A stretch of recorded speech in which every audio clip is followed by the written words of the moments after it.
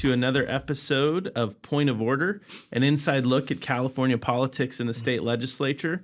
Really excited to be joined today by my co-host Vince Fong, an assembly member from Assembly District 32. Vince, tell us a little bit about your background and your district. Well, thanks for having me. So I'm my seventh year. So I like to say I'm a junior standing. I think you're a freshman with sophomore standing since you've got so much experience so far working in the legislature before you were elected. But so born and raised in Bakersfield, went to all local public schools, went to UCLA for my undergrad. Well, I got my degree in political science, then went and got my master's in public affairs from Princeton. And then I, got my start in public service after my first year at UCLA. Did an internship with my local congressman.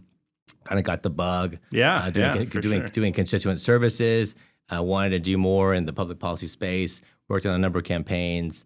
And then when I was in grad school, worked on the Hill in Washington D.C. That's awesome. And so, and then my focus at that time was international trade policy. Okay. So my congressman was the chairman of the Ways and Means Committee. Oh, very cool. And so got a chance to dabble in that. Always thought I was going to work on the Hill. Yeah. But the opportunity presented itself to come back home to Bakersfield.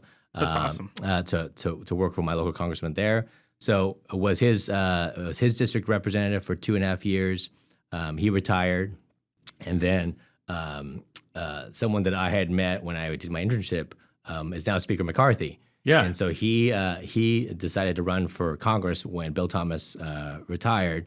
And then he called me up and gave me a chance of a lifetime, said, "Hey, I'm running for Congress. Will you run my campaign?" Yeah. And so did that and he got elected, worked with him for 10 years. And then the chance opened up to run for the Assembly.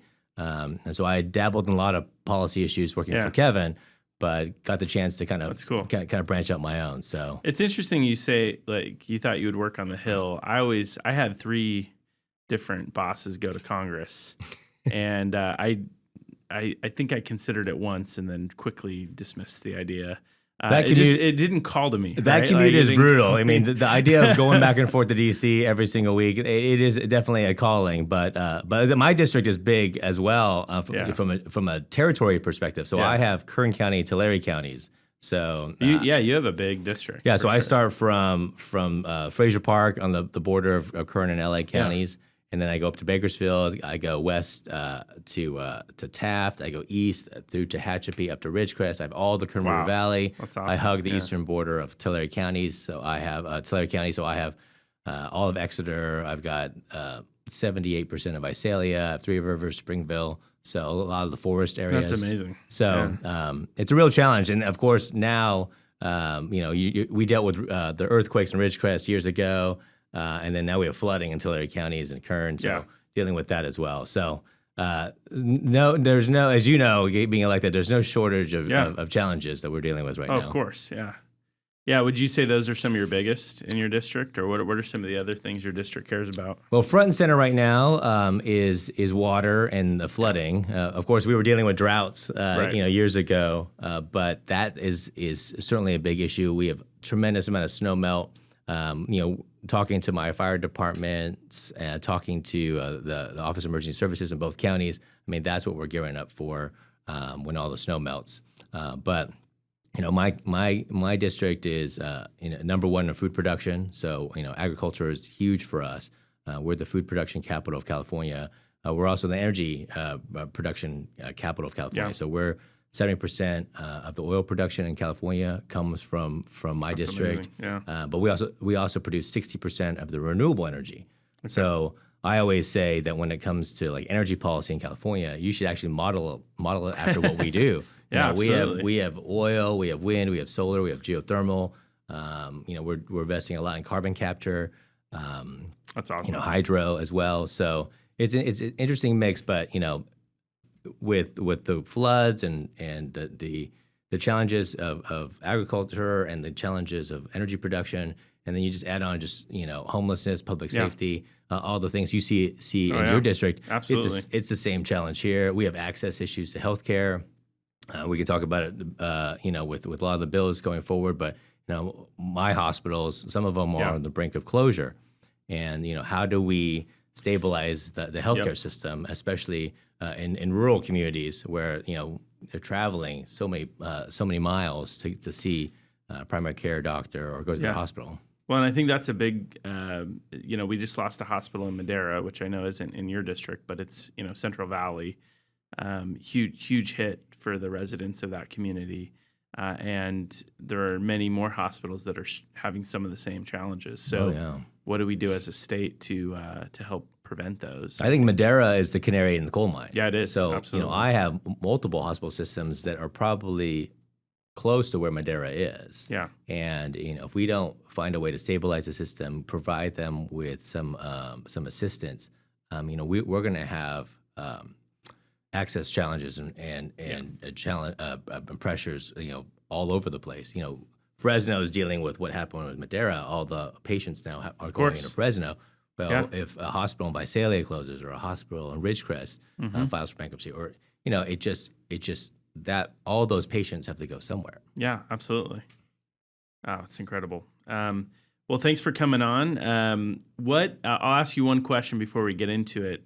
So, what has your experience been with all these new legislators? Because we have about a third. You've been here. You said you're on your seventh year. Yeah. So we've got about a third of the legislature is now kind of turned over because over this last election cycle. And so, what has your experience been, and what piece of advice would you give to a new legislator, kind of stepping in and taking this on like you did 7 years ago? Yeah, that's a really good question. I think a lot of your listeners probably don't realize just how dynamic the legislature is now, with so many new people in the legislature. 24 new assembly members, 10 new state senators. I always compare it to, imagine you're running a business with 120 people, and all of a sudden, you now have a third of your workforce that now have to kind of get up to speed. Yeah. So it creates a whole new dynamic, trying to build relationships, and I think the way that we make public policy, a lot of times it is based on relationships. Building those bridges, understanding different districts and what their concerns are. As I mentioned before, when it comes to the hospitals, I want to know what your hospitals are going through. Yeah. You want to know what my hospitals are going through. And as we craft policy, understanding each other's districts and kind of what their challenges are is critically important. And so I think my advice to most of the new members is just to be a problem solver. A lot of times we kind of get into the politics, but a lot of the problems up here, and this very, very well, a lot of the big issues are not partisan. Yeah, they're not Republican, Democrat. There are clearly controversial, big ticket items when it comes to taxes and regulations. There are clearly those partisan lines, but a lot of the issues are like urban, rural, big city, small city. Trying to make important resource decisions and investments in your district and my district, especially when it comes to like homelessness. You've called for an audit of just the homelessness spending, which is critically important. Really appreciate your leadership on that, because I think trying to get homelessness funding to deal with someone in Bakersfield or Visalia is just as important as dealing with the homelessness problem and helping someone who's homeless in your district. But a lot of times, a lot of those resources go to the urban centers, urban areas. Yeah, absolutely. But as you know, the homelessness problem is in every community. Mm-hmm. So be a problem solver. I was told this earlier in my career, and I've shared this with others. Is you want to be the first one in the room and the last one to leave. Decisions are made with or without you, and you want to be at the table when those decisions are made. And that's kind of the take. That's my perspective in terms of when I got elected, and that's what I've shared with others as well. Well, and I think that, and that's kind of been my approach so far is, if you're not in the discussion, then, you have no say. I mean, you might lose, you might give input and it not be taken. But at the end of the day, it's better to be in the room and actually part of the conversation. And I think that's how we be effective. And everyone has a valuable perspective. When we talk about issues, the understanding how it affects your district and my district is critically important. And everyone is elected to advocate for their communities. Totally. And so when we talk about solving problems, I mean, it's not just like one person's more important than the other. We're trying to do it for the entire state of California. Yeah. No, absolutely. That's awesome. So no, good advice. I'll definitely send this episode to all my freshman colleagues. All right. And make sure that they hear that good advice too. But so we usually start with kind of recapping the last week, a weekly recap of what was going on. The big thing last week that took pretty much all of our time was the House of Origin deadline, which is it was June 5th, which basically means any bill introduced in the Assembly had to be passed out of the Assembly by June 5th, or it's going to be done for the year. Same with the Senate. We had, the Senate, any bill introduced in the state Senate had to be passed out of the Senate by June 5th. We got through it. Was it like 700 bills? A lot of Too many very bills, busy. probably. Way too many bills. We were there very, very late on Wednesday, and then finished up on Thursday. But I wanted to point out 3 bills that passed, and then a couple bills that didn't pass. We'll start with the ones that passed, and the reason I chose these 3 is because of how close they were. Yep. And you can kind of look at the vote totals here that I put on the sheet.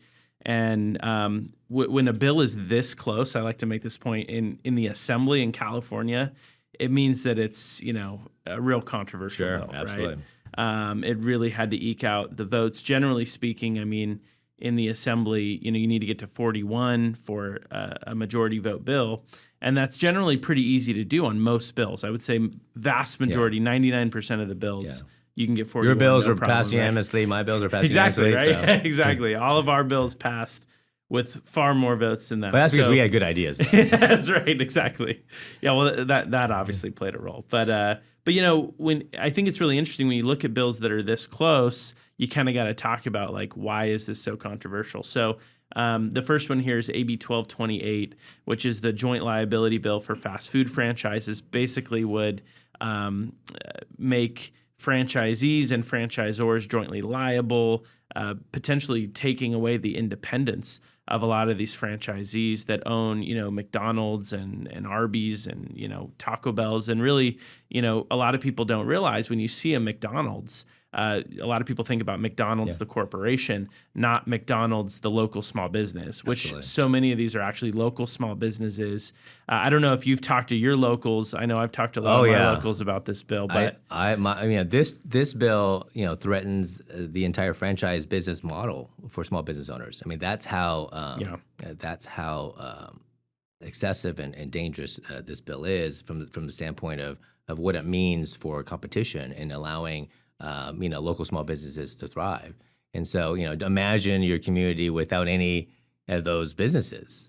I mean, that's what we're talking about. Yeah. And I think that's the challenge. And this bill is it's not a sexy topic, right? Franchise, the how they operate. Sure. But it has tremendous ramifications. This weekend I went to the Ronald McDonald House. Walk for Kids. Which all my local McDonald's franchisees, they raise resources to support the Ronald McDonald House, which a lot of people may or may not know what they do. But when you're in the hospital and maybe you may not be able to afford like a long-term place to stay at a hotel, there are Ronald McDonald houses at the hospital where you can stay for free. And those services, that comfort that's provided is supported by local small businesses. Yeah, absolutely. You think of your soccer teams and and the sponsorships of soccer teams and baseball teams and t-ball teams and I mean, these are community members, right? Absolutely. They're not, I think we see the Golden Arches. It's such an iconic logo, and we think some big corporation. But these are people in our communities that are running, and owning these businesses. So this bill would basically, put so much burden and potentially expose them to so much lawsuits that they could go out of business. Yeah. No, it's really frightening, and I know that I've talked to a lot of my local, business owners as well that are very, very concerned about this. This was actually taken out of a previous bill in previous years, and now is kind of being brought back, which I think is unfortunate. And that's an important point to note. That There's this referendum on the ballot to challenge the franchise bill that was bad. But this bill that we're talking about now was so egregious that it was removed from that. Right, exactly. And then what happened is like we come back the next year. It's like, oh, you know what? like we're going to try it again. Yeah. And so this is the ongoing challenge I think we deal with the legislatures. Like even if you can stop something bad, it could come back the very next year. You keep trying. But it passed. I mean, it passed the assembly, 42 aye votes, so it got one more vote than it needed to pass. 22 no votes, which is a lot of no votes on a bill. I mean, we don't see 22 no votes very often. That's true. I mean, because that's bipartisan opposition. That's that's what that means. And so, definitely a big concern. I think I want to see what the Senate does with this. Do you think it has any chance in the Senate? I think because of how close it was in the Assembly, I think it's going to be equally close in the Senate. And I think that our local small businesses are going to have to make a very, strong argument. And I think they do have a strong argument. But the Senate, you never know with the other body. Their dynamics, it's same as ours, right? They have out of 40 individuals, there's 10 brand new state senators. I mean, they have a very similar dynamic to us. So getting everyone up to speed, educating members on that bill, because we all come from our own walks of life, being elected. Yeah, a lot of us probably weren't like experts in franchise law. Before we were elected. Most of us were not, right? Yeah. And so now it's just it's getting up to speed. One of the things I've learned just talking to my local folks is that like a huge percentage of these businesses are owned by women. Huge percentage are owned by immigrants. People of color. Came here, people of color, people that came here to start a life for themselves and just wanted an opportunity, opened a small business as a franchisee. And now we're going to take that away. I think it's going to have, really do what a lot of the ethics that this legislature talks so much about, I think we're violating by pushing this bill forward. You're absolutely right. I mean, not many industries can say that. Yeah. Imagine like 50% franchisees in any community are women, immigrants, veterans, people of color. I mean, not many industries can say that have that success. Absolutely. So anyway, we'll keep an eye on that one, but appreciate the conversation on that. The second bill is SB 525, which is coming to us. So I thought this might be an interesting one to get your thoughts on. It's a $25 minimum wage for healthcare workers. It's going to have a pretty destabilizing impact on the healthcare industry. I mean, we were just talking about hospitals. You want to talk about something that could push those hospitals over the brink. I mean, these cost increases could do that. You hit the nail on the head. I mean, just think, like, all these hospitals throughout California are on the brink of bankruptcy. I mean, they're struggling to because they're operating in the red, in part because of what happened during the pandemic and the cost that increased when trying to deal with that. But then they couldn't do surgeries; they had to postpone a lot of their those services, and so they're on the brink. And then of course they've got a lot of other challenges. There's a seismic regulation requirement that's on the horizon, and they've already got labor costs that are challenging, supply chain, staffing issues. So when you're any business, but especially in the hospitals, when you're teetering on the brink of staying open or staying afloat, and all of a sudden it's like, okay, I'm now going to increase costs even more. However you feel about this bill from whether you're from a labor perspective, I mean, just think of the consequences of your hospital going out of business. Yeah. Well, it just seems like the worst time to do this bill. Oh, yeah. I mean, not that there's always ever a good time, but I mean, this seems like we just lost a hospital. This seems like a really bad timed bill. You talk to, I mean, my own hospitals have told me that, if this bill goes through, I mean, they may have to close the doors. And as a legislator, just as someone who just lives in a concerned citizen, I mean, you have to really, take a step back and say, well, man, take a pause and maybe this is not the right policy to do, either right now or because if this goes into effect and all of a sudden hospitals across California are closing, we've got even bigger problems. Well, and we talk all the time in the legislature about increasing access. This does the exact oppospe. I mean, you're eliminating access for especially in rural communities, and of course, nothing is in a vacuum. That's not that's also important to say. Like as the vice chair of the budget committee, I mean, the hospitals are right now asking for a bridge loan for financially distressed hospitals. to try to reopen Madera, but also to bridge Yeah. a lot of these hospitals. But all of those things are band-aids because, at the end of the day, they need a stable revenue stream. They need Medi-Cal reimbursement increases. They've got staffing issues.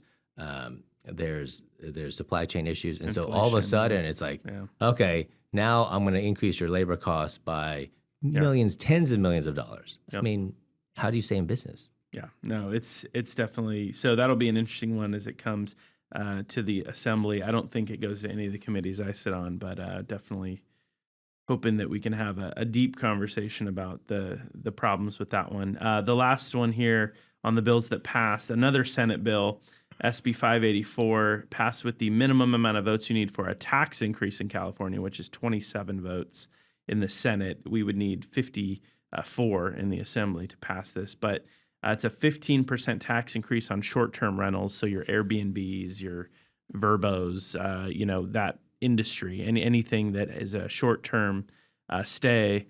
Doesn't apply to hotels, so it's kind of it would only apply to the short-term rental market.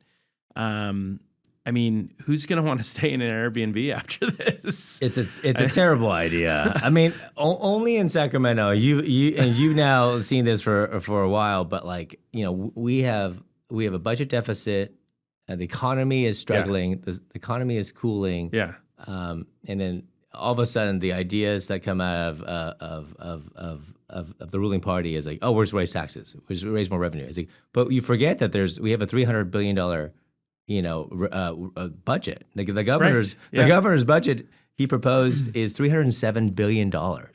So if we're talking about trying to deal with affordable housing and make investments, what percentage of that $307 billion is going to affordable housing? Can't we find those resources in the budget, the existing budget, before we start raising taxes? Well, and even the governor has said this year that it might not be the year to raise taxes, which I thought was interesting. He doesn't want to raise taxes because he knows that if you raise taxes right now, I mean, all you're doing is you're hurting the economy even more. Yeah, exactly. I mean, whether it's this tax or on corporations or on businesses. Yeah. I mean, it's just the wrong approach. Totally. And you mentioned, I think, which I left out, is that this money is supposed to go to help build more affordable housing in California.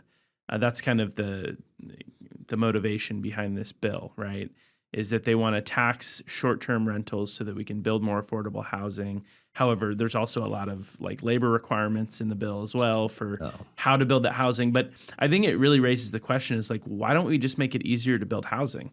Cheaper to build housing. We are one of the most expensive states in the United States for building actual housing. And if you talk to any builder, they will tell you that right off the top, they're starting with tons of fees and tons of costs because of California.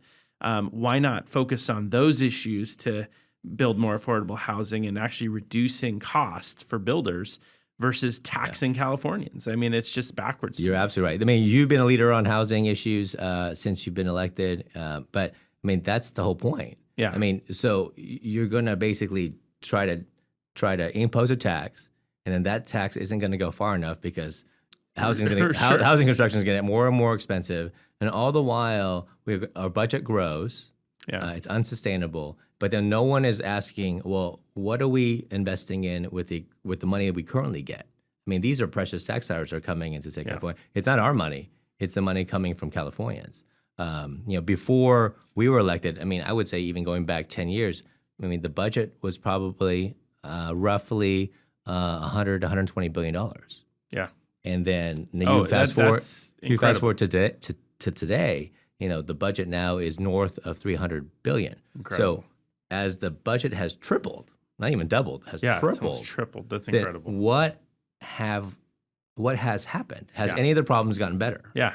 And we talk about this in education, right? Because we hear we need more money for education. Well, if you look at the budget, we've increased funding for education by $60 billion, $70, $80 billion over the last 10 years. And we're still seeing the same results. That's right. So it's and that's the important point for your listeners to understand is that yes, we're in deficit. We're in deficit because we've overspent.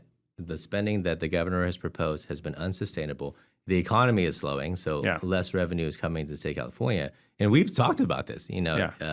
how unsustainable the budget has become. But then no one's asking, wait, well, what are we actually using the budget for? What are we invested Good in? point. And Yeah. I think so. We're not short revenue in California. Yeah. We're overspending. Sure. But then what are we spending the money on? And Yeah, I think what are our a priorities? lot of your listeners will say, wait a minute, maybe we're not investing in the right things. Yeah, totally. Let's knock out these last Yeah. two, and then we'll actually move to a deeper discussion on the budget. So two public safety bills that died in the Assembly, which I was actually very thankful about. The first was AB 93, which would ban consent searches. We actually got deeper into that with Bill Asaley last week, and he's the prosecutor, so I let him kind of opine on that. But essentially, the ability for an officer to ask permission for the individual to search their vehicle or their person and be able to search based on that permission. That bill failed only 35 votes that it got in the Assembly, so 6 votes short of what it needed. And then another public safety bill, a bill to restrict the use of canines by police officers for apprehension of criminals, actually was moved inactive. It didn't even get voted on. So I think those were two really actually strong signals that we haven't gone off the deep end on public safety, that were, these proposals needed to get rejected, and they did. So I'm really thankful to hear that. Absolutely. If a proposal gets stopped, not only in this legislature, but also gets stopped in the middle and during halftime, before we get to the next house, those bills are outside the mainstream, just are not grounded in common sense. I mean, the idea that we expect our law enforcement agencies to connect the dots, to actively try to solve crimes and keep our community safe, and to somehow say, okay, we're going to take away more tools to help you do your job. It makes no sense. Two major ones. And then the canines. I mean, it's huge. The idea that the legislature has pushed that we want to allow law enforcement to have more resources to de-escalate. Yeah. Not to be put in situations where lethal force is used. Well, using canines is one of the tools. For de-escalation, instead of getting into an intense situation, maybe you release a canine and have that canine officer be able to catch and apprehend a suspect without using lethal force. That's what we want. Absolutely. Yeah.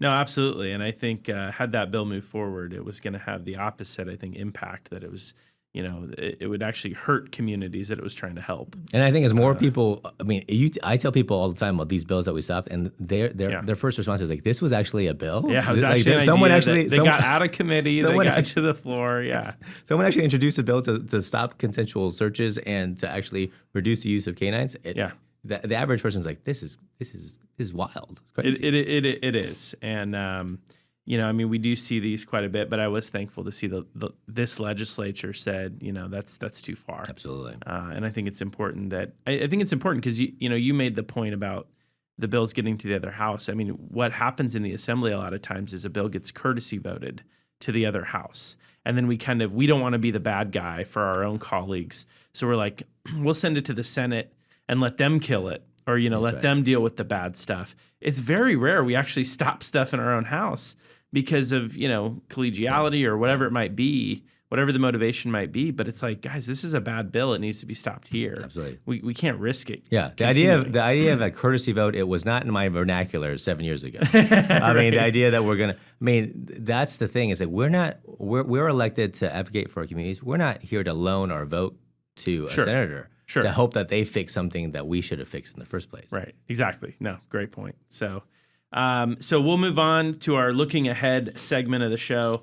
I wanted to talk with you about a couple things, but the first one we kind of already started in on. You are the vice chair of the budget committee in the Assembly, and so I wanted to get your take. We finished past the House of Origin deadline. Our next big deadline is June 15th, where we have to pass a state budget. So I wanted to just kind of get your quick take on what you see from the budget picture this year. Obviously, we have a deficit, but also, kind of what you expect to see come out of the legislature and get signed by the governor in the next few weeks. Well, 7 years on the budget committee, my big takeaway is the budget process is broken, but it's gotten worse every single time, every single year. Yes, we do have to pass in California a budget, a balanced budget by June 15th. But you know, where's the transparency? So right now there are negotiations happening. I don't think the governor is involved just yet. So there's going to be an assembly. Right now there's an assembly Democrat version, and a Senate Democratic version of budgets. And you would think, right, so that both houses don't agree. We learned this in kind of the way that civics works, right? There should be a conference committee, right? So that so you have members that are chosen out of the Assembly, and members are chosen out of the Senate, and they would bicameral, bipartisan, and we would develop our legislative budget to propose to the governor and then negotiate. But the way that it's working right now is like, well, the leadership in the Assembly and in the Senate, they don't want to have a budget committee. They don't want to have a conference. I mean, they don't have a budget conference committee. Yeah. And so they just want to negotiate, a small group of people behind closed doors. Got it. Yeah. But the budget is, I'm biased as the vice chair of the budget committee, is one of the most important documents we put together in the legislature, because it determines all the investments that we make as a state. Totally. And so where's the public involvement? Where is the place where the public can actually engage and know what's happening in the budget? So I think what will happen is that there will be kind of a budget framework, and I say that in air quotes, pass June 15th, but it won't be real. And then the governor will engage, and then June 30th essentially has become the real deadline, because that's the end of the kind of the budget year, and so we have to have a budget before July 1st. Okay, and so that's what's going to happen. But again, as we outlined before, we've talked about kind of the logistics of it, but then we get into the details. I mean, we're looking at a $32 billion deficit. Yep. The economy is slowing down. We have real challenges facing our state, and all the while, the budget's unsustainable. You read the recent analysis by the LAO. We're looking at budget deficits not only for this year, but for the next 2 or 3 years. Well, we got into this a little bit last week, but the legislative analysts, obviously are nonpartisan oversight of the legislature and the governor, which is, I think, they do a great job. But basically what they've said is this basically is a Band-Aid, right, that we're proposing this year. And we're going to need to have $30 billion plus revenues to make up these losses next time. So exactly. So the revenues are dropping in California, and not to get into the weeds, but for all the budget nerds out there, right, there are 3 major streams of revenue into the state of California. Personal income tax is the biggest one, then corporate taxes, and then sales tax. Yeah. So all of it's tied to the economy. So if the economy is not, if the economy as a whole is not healthy, you can see how it kind of waterfalls, right? People make less money. They pay less in personal income taxes. Corporations leaving the state of California, that's not a good situation. That hurts our, and then the revenue in California. And then, of course, in an inflationary period where everything's more expensive, right? People buy less things, and so you're seeing if people pull back consumption-wise, that will hurt our sales taxes. And oh, by the way, what's created one of the biggest, an additional wrinkle to this whole budget process is the fact that we don't really know how much revenue is coming into California, because the tax deadline has been kicked out to October. Yeah, right. Right. So we won't. Normally, the May revision, when the governor proposes his May revision, that's after the April tax deadline. Returns, so we actually know how much money we have as a state, because people pay their taxes in April. Yeah. So we actually have to pass a budget in June without we even know how much money we have in October. So that's an additional wrinkle to this whole process, and so that's what's keeping me up at night right now. I bet. I mean, this just really appreciate the work you're doing on the budget committee, because you're really our eyes and ears for. You report back to all of your colleagues on what's going on in those negotiations, because we're on. I mean, I'm on 6 other committees, right? But not the budget committee. So it's just really helpful to have you in there and your understanding and years of experience understanding it. I'm even just knowing the basic pools of revenue for the state. I think is really good for the listeners. Well, every to know, single, every one of your listeners. I mean, I tell everyone if as whoever I meet, pay attention to the budget, because so many things are decided in the budget that a lot of people don't realize, and a lot of policy is made in the budget. Yeah, absolutely. That's the other part of the broken process is that we're not supposed to. Yeah, you're not supposed to make policy in the budget, but all of a sudden, if a bill doesn't succeed, they'll throw it into what we call a budget trailer bill. And for your listeners, a budget trailer bill is basically what it sounds like. It's a bill that trails the main budget that basically fleshes out in more detail what the budget's supposed to do. Yeah. And a lot of things get jammed into the budget through those trailer bills, and those bills don't get a lot of transparency either. No. Yeah. Do they have to go to a policy hearing, or what's the rules for the budget trailer bills? No, they don't. They have they just have to go through either the subcommittee, or sometimes they just go to the main budget. The governor, wants to jam a policy area. These streamlining bills the governor has touted, right? The CEQA stuff. CEQA reforms and the NEPA reforms and all these streamlinings. Some of these ideas I think that you and I would probably be open to, right? Well, are they going through policy committee? Well, the governor has introduced them as budget trailer bills. Got it. So they're going through budget subcommittees. They're going through budget subcommittees. Wow, interesting. That's good to know. It's funny, I won't name who, but I was talking to a Democratic legislator about those proposals, the governor's CEQA proposals recently. And, what's your thoughts on them? They're interesting.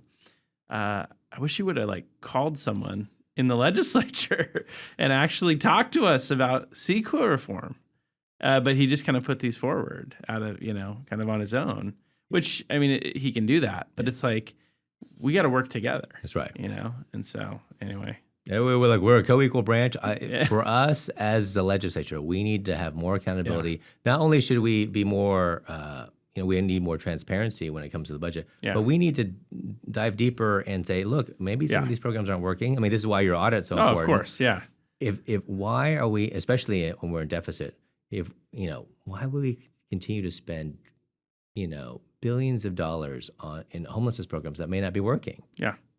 Well, and it should be in the interest of both parties. I mean, there should be bipartisan commitment to that level of accountability, right? Because it's about getting results at the end of the day. And I think even the governor would say he wants to see this crisis solved.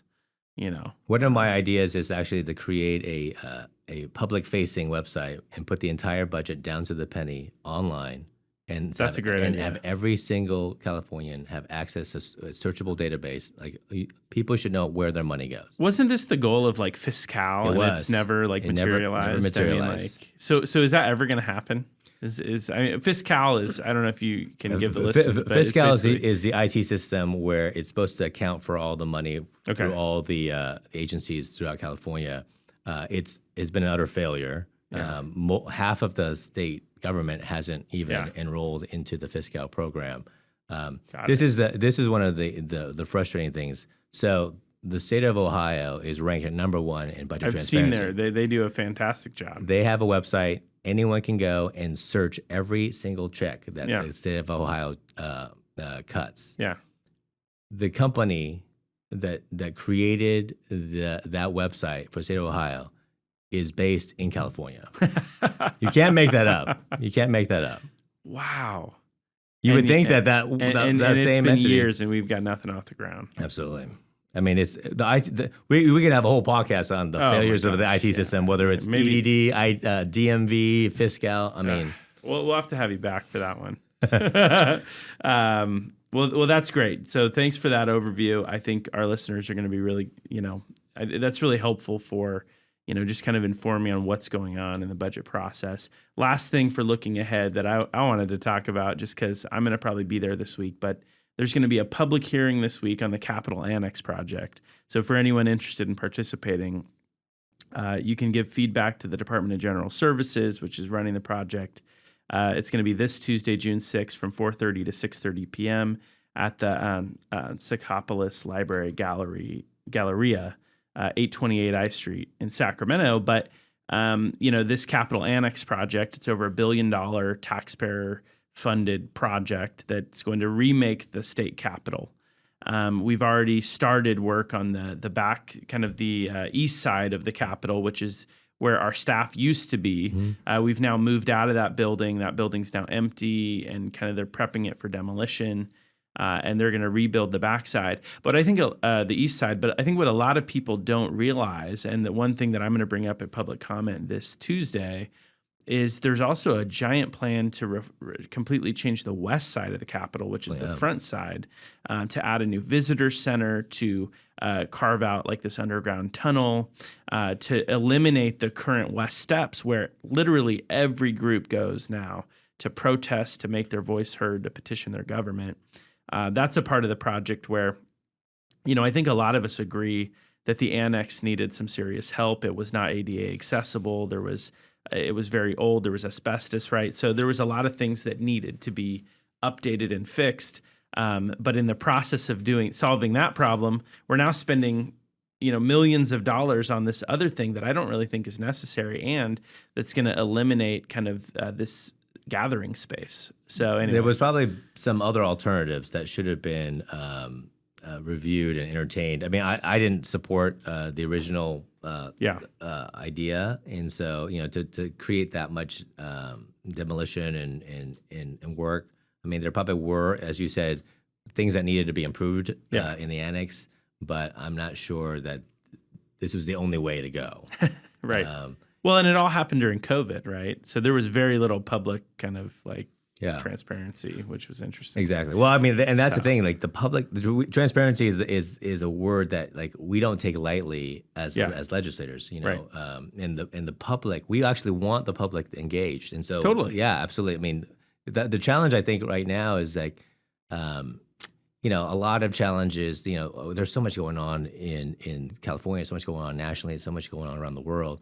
And a lot of times, the national things take a lot of the attention. Yeah. But there's so many things that are happening in California, here in the state capitol, and just trying to raise attention. I think that's why this podcast is so important, because you're highlighting a lot of things. You're highlighting a lot of issues that I think a lot of Californians don't realize is happening. Yeah, for sure. No, that's definitely one of the goals, and it'll be interesting. I'm going to join that public hearing, which these public hearings are taking place because they got sued. And because of there wasn't enough transparency. So I'm glad that they are having these. So that'll be an interesting thing to report back on. All right, we're going to switch to just something real fun. Then we'll do our clip of the week. I don't know if you saw this question on the sheet, but you recently got married, which congratulations. I got married on March 11th of this year. That's amazing. So very excited for you there. But I wanted to ask you, just as someone that's been married for a while, but I'm constantly trying to figure out this whole work-life balance thing. But how does your work-life balance compare now to before you were married? And how is that going for you so far? It'd be interesting if my wife was sitting in the chair and you asked her. It would be the same thing for your wife. If maybe one of your podcasts, your wife will be one of your hosts. Have the wives on for sure. Yeah. Work-life balance is critically important for not just us, but for a lot of families that are trying to juggle busy schedules.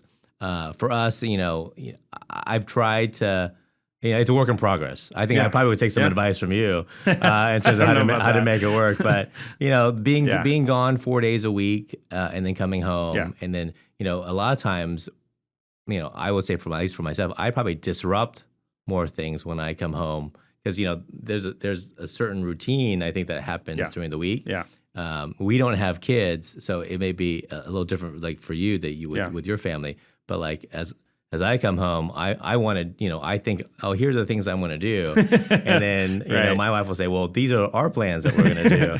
And sometimes they don't align. They don't always align. So, but of course, trying to carve out, be present, trying to carve out time for my wife is really, really important. I try to keep Sundays off limits when it comes that's a good rule. To a bunch of things.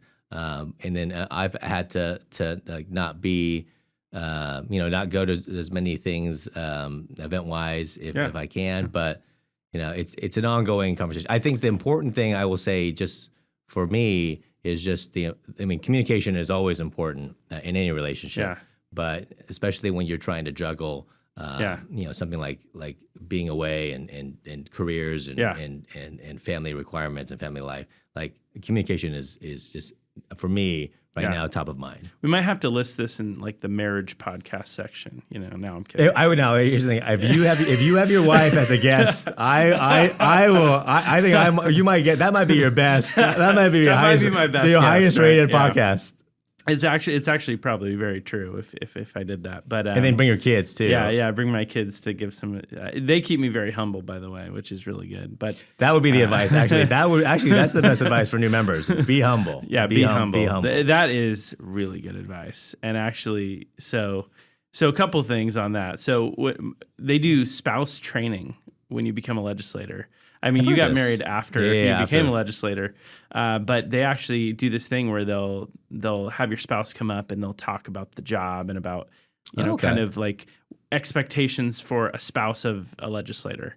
And it did not go well for my wife. My wife came out of that like, what the hell have we done?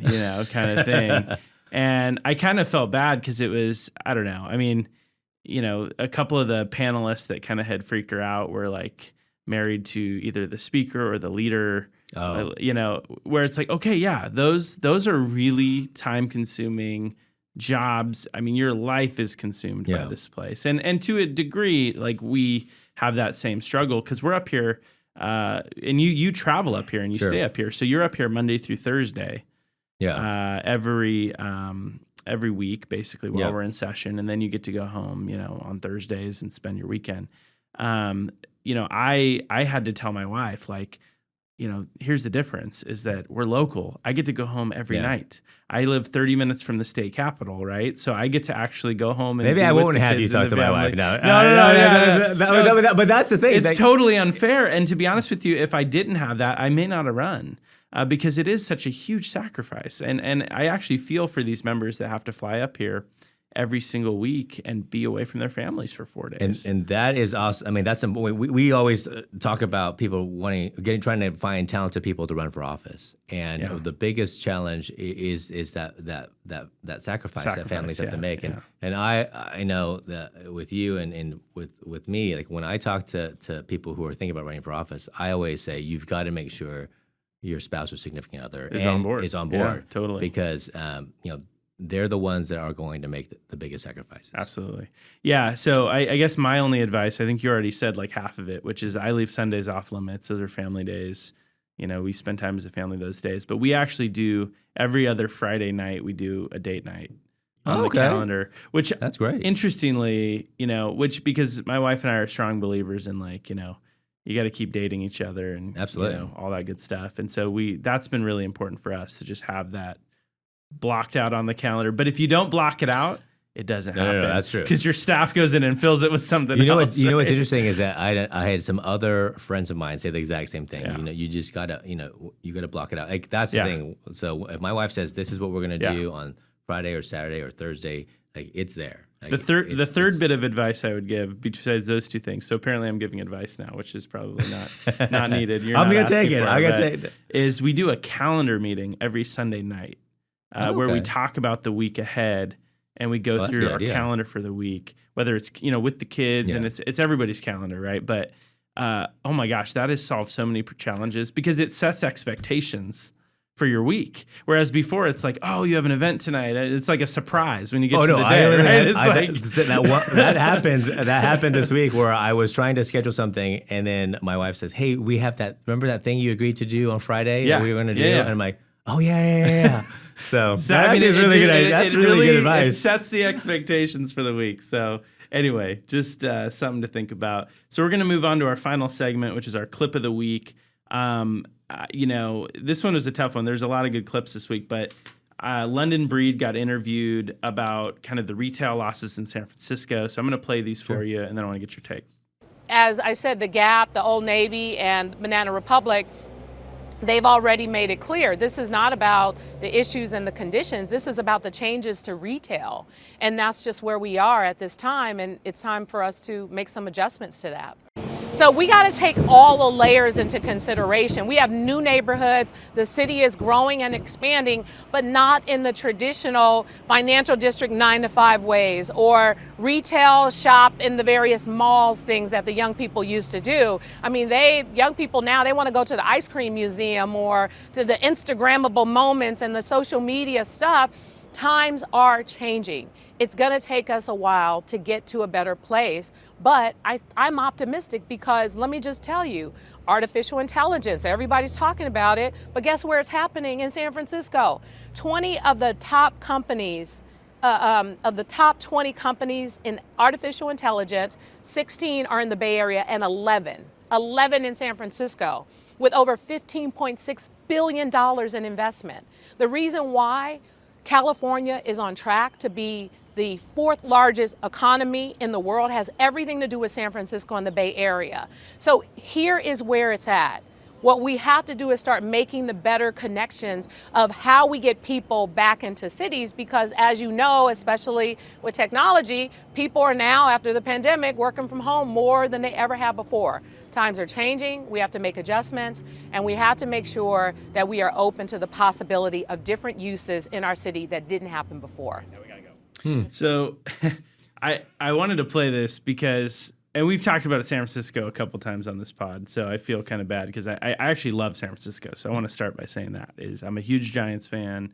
I'm a Niners fan. I mean, obviously that's Santa Clara, but but I just and my wife and I have spent a lot of time over the years in San Francisco, enjoying San Francisco. But I think a lot of people would agree that there's been a big change in the last 5 to 10 years, and it's gotten progressively worse. And now you're seeing all these giant retail chains, Nordstrom leaving Union Square. You're seeing Whole Foods abandon their brand new store after 13 months, and a lot of them, citing homelessness, citing crime, citing Prop 47, citing all of the the reasons. This to me, I'm glad she's optimistic, but I worry that we're not acknowledging the root cause of the the challenges. So anyway, I mean, I think there's a little bit of spin there, but I think when I listen to her and other folks try to kind of gloss over a lot of these, I mean, quite frankly, real world consequences to the policies coming out of Sacramento. I mean, you look at that, you look at what's happening in San Francisco, you look at State Farm, at their announcement, they're now no longer going to issue, bring a property insurance in California. You look at other companies now. Genentech just announced that they're going to try to sell their massive manufacturing facilities in California. I mean, and leaving the state.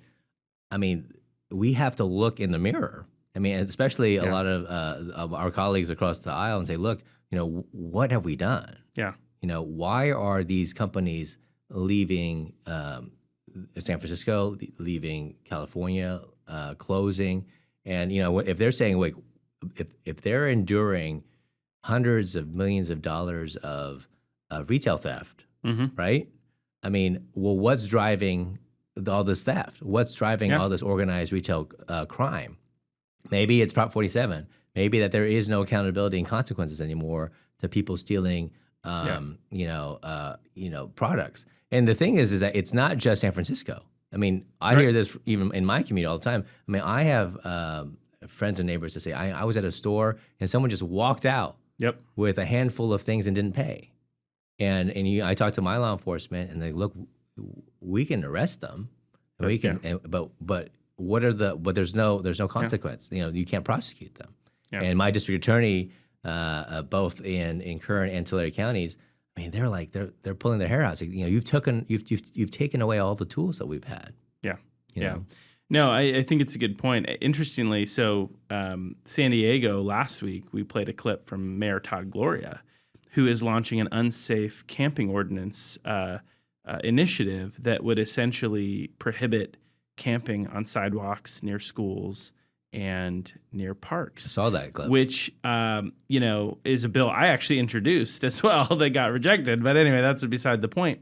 But, it's an interesting, to me, contrast with Mayor Breed here because I mean, they're both big cities, and I hope he's sincere, but he's acknowledging part of the challenge. And I feel like in this clip with Mayor Breed, there's just no acknowledgement of the kind of the challenges, right? And I think that's where it's like, if you want to fix a problem, you have to acknowledge the problem, Yeah.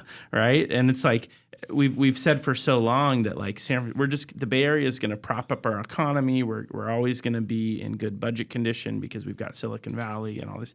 But it's like at a certain point, when do people start looking for greener pastures? And I think we're starting to see that. Well, Californians are waking up. I mean, you see what people are enduring and persevering in San Francisco. You see what's happening across the state. I mean, gas prices are on the rise. Yeah. We're in the summer blend. The gas tax is going to go up again in July. In July, yeah. People are struggling to get fire insurance.